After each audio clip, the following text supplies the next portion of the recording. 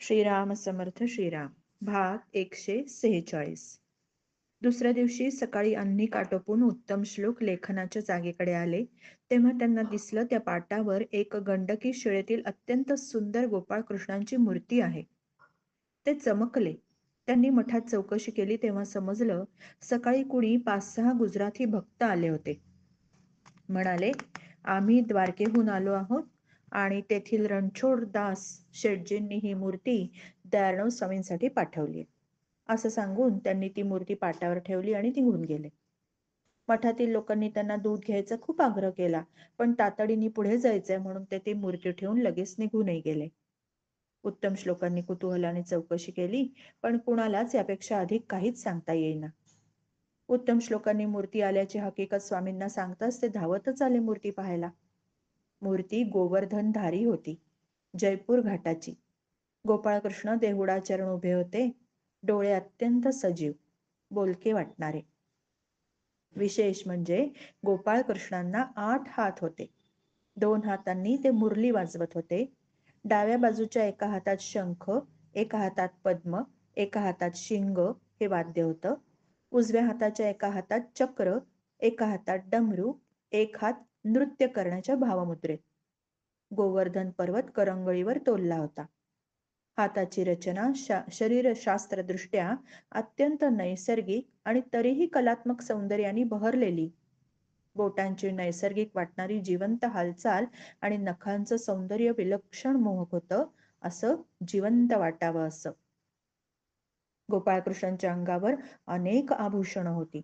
मस्तकावर मुकुट होता, कानात मकर कुंडल, गळ्यात अनेक प्रकारच्या माळा, त्यात अंगभर रुळणारी सुरेख वैजयंती माळा, छातीवर छन्नवीर, दंडात अंगद बाजूबंद, हातात मनगट्या, कटीला मणिमेखला, अंकी पादपात्रे, पायात साखळ्या, पायावर स्वस्तिक काढलं होतं, नाभीवर सुरेख कमळासारखी दिसणारी पुष्पाकृती.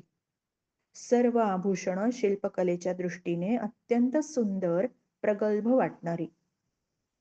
सर्व अवयवांची प्रमाणबद्धता अतिशय रेखीव, अप्रतिम वाटेल अशी जिवंत वाटणारी देहयष्टी, अत्यंत रेखीव देखणी, दागिने वेचक, कलात्मक आणि अत्यंत सुंदर वाटणारे.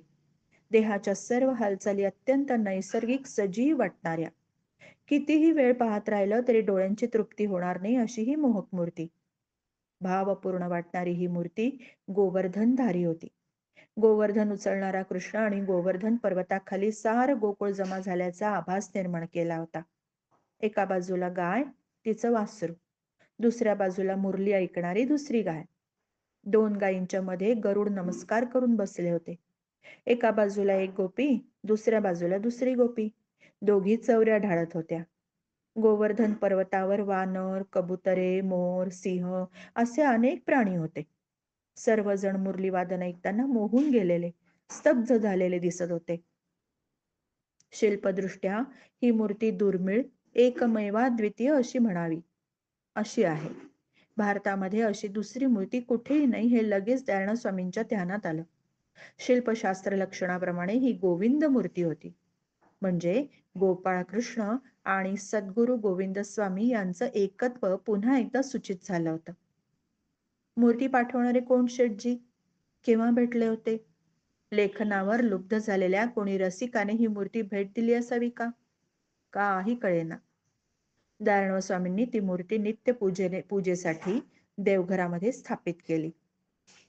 मूर्तीची हकीकत गावात पसरली. अनेक लोक मूर्ती पाहायला येत राहिले. कोणी म्हणे स्वयं गोपाळकृष्ण हरिवरदा ऐकायला रोज मठात येतात ना, त्याची खूण म्हणून त्यांनीच आपलं हे रूप प्रसाद मार्गाने या रूपात मागे ठेवलं. कोणी म्हणे स्वयं द्वारकेच्या रणछोडदासजींनीच या रूपाने पैठणला दयाळराव स्वामींच्या मठामध्ये वास्तव्य करायचं ठरवलंय. अशा अनेक चर्चा चालू होत्या.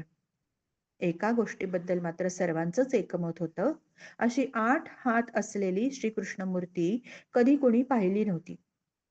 मूर्ती अमूल्य होती, लाखो होऊन देऊनही मिळणार नाही अशी होती.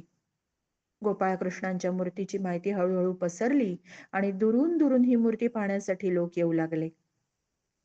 वल्लभाचार्यांच्या घराण्यातली घराण्यातील अधिकारी आचार्यही ही मूर्ती पाहण्यासाठी आले. मूर्ती पाहून ते अत्यंत संतुष्ट झाले आणि म्हणाले, ही मूर्ती प्राणपणाने जपावी. स्वयं गोपाळ कृष्ण या रूपात इथे प्रगटलेत. दयाळराव स्वामींच्या हरिवरदा या ग्रंथ रचनेचीही या आचार्यांनी खूप प्रशंसा केली. अल्पकाळातच दयाळराव स्वामींचा मठ हे कृष्ण भक्तांसाठी फार मोठं श्रद्धास्थान बनलं. श्रीराम समर्थ. श्रीराम.